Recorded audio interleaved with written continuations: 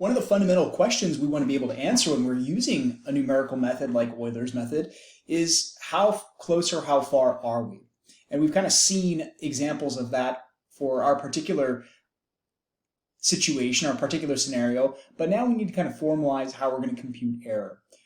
So we've actually seen absolute error. We were looking at absolute error where we compared the exact difference between the right answer and the estimate of the right answer. And that's called the absolute error. That's just going to tell us how much, by what amount, that's the key word here, by what amount our answer is above or below the exact answer. So that's not really a good metric though, right? Because I could say, if you ask me how many people have a cold in your town, I could say 100. And you're like, oh, that's not very many. Well, if I told you that there are 110 people in the population, then you might say, okay, that is indeed a large percentage of your population. But if I told you 100 people out of 10 billion people, just for example, you're not going to think that is relatively very, very large. So we have to compare our absolute error to what we would expect or what the exact answer would be. So the absolute error is the amount by which our answer is above or below, and that absolute error is the estimate minus the exact. And we want to do it in this order because think about this, if our estimate is higher than our exact, let's say, we had an estimate of 105 and our exact was 90.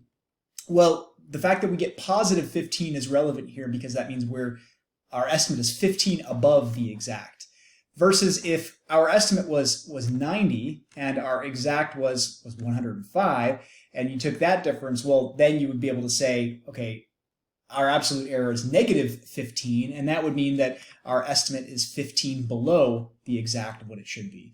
But in order to compare how big this error is, we need to divide by what we actually expect to get, or what we call the exact number, right? So if the exact was 105, then that difference of negative 15, we want to compare to the exact answer of 105.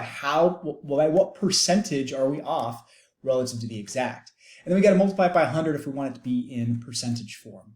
So in our case of where we looked at delta t equals 1, by the way, our exact answer was 22.26 by using separation of variables, which we didn't do, but that would be based on that solution, the exact solution. Our estimate for time 4 with a step size of 1 in Euler's method was 20.74. Look at the difference, 20.74, our estimate minus our exact, tells us that our estimate was below by 1.46 units. That's absolute error. But now take the negative 1.46, divide it by the exact answer, multiply by 100, and that tells us that our answer is under by 6.56%. Now if we look at the step size of a half, now this error should be smaller, right? 21.44 was our estimate for time 4. The exact at time 4, that doesn't change, 22.26. So now our estimate is only under by 0.82 units. Divide that by the exact, multiply by 100. Now we're only below by 3.68%. Getting better. If we did this with 0.01, then our estimate would be 22.24. And you can see that that's only below by 0.02 units. Divide by the exact, multiply by 100. We're only under by 0.09%. And with 0.001 as a step size, that difference is smaller, and relatively speaking, we've cut our error in half compared to the step size above it.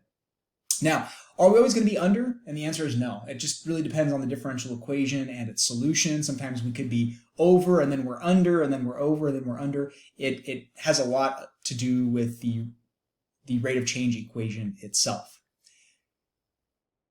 Now, normally we're not going to compute these by hand, right? These are technology-based things, and we can generate these values with technology. But the point here really is that relative error is key, right? We want to know what the relative error is almost all the time. Absolute error is not really relevant unless you're always comparing to the same exact value, which here we are. So as our absolute error goes down, of course, our relative error goes down, but that's just because we're dividing by the same exact value.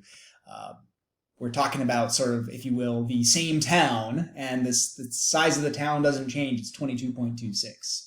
So that's how we deal with computing errors. We'll also take a look at, well, if you don't have the exact answer, how do you gauge how far off you are?